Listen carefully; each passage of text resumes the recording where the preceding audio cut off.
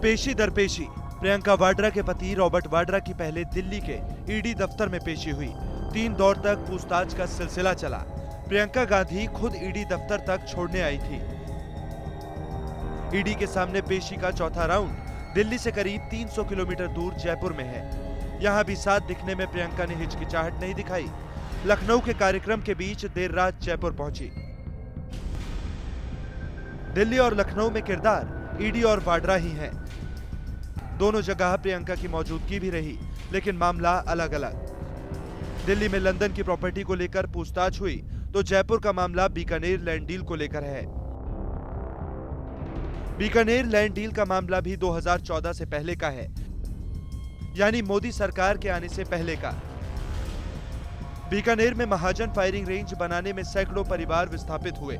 2008 में वसुंधरा सरकार ने विस्थापितों को जमीन देने का फैसला किया। 2008 में ही दिसंबर में अशोक गहलोत की सरकार सत्ता में आ गई थी। 2009 तक 14 बीघा जमीन विस्थापितों के नाम आवंटित कर दी गई।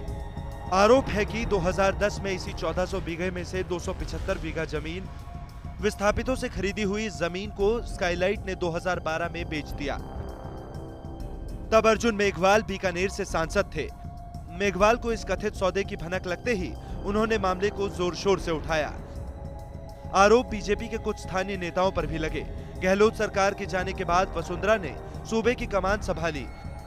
जमीन के इस हेरफेर में कुछ बीजेपी के नेताओं के नाम भी सामने आ रहे थे। बीकानेर की कलेक्टर आरती डोगरा के नेतृत्व में जांच शुरू हुई। 18 एफआईआर दर्ज हुई। 4 सरकारी अधिकारी कर्मचारी, 3 दलाल और 1 बीजेपी नेता और पूर्व मंडी सचिव जयप्रकाश की गिरफ्तारी हुई। कलेक्टर ने रिपोर्ट रेवेन्यू डिपार्टमेंट और क्रमिक विभाग को भेज दी। उस रिपोर्ट में रॉबर्ट वाड्रा और उनकी कंपनी का कोई जिक्र नहीं था। सरकार ने 1400 बीघा जमीन वापस ले ली और बात खत्म हो गई। लेकिन नवंबर 2018 में बीजेपी ने एक बार फिर से वाड्रा का नाम लेकर जांच सीबीआई को सौंप दी।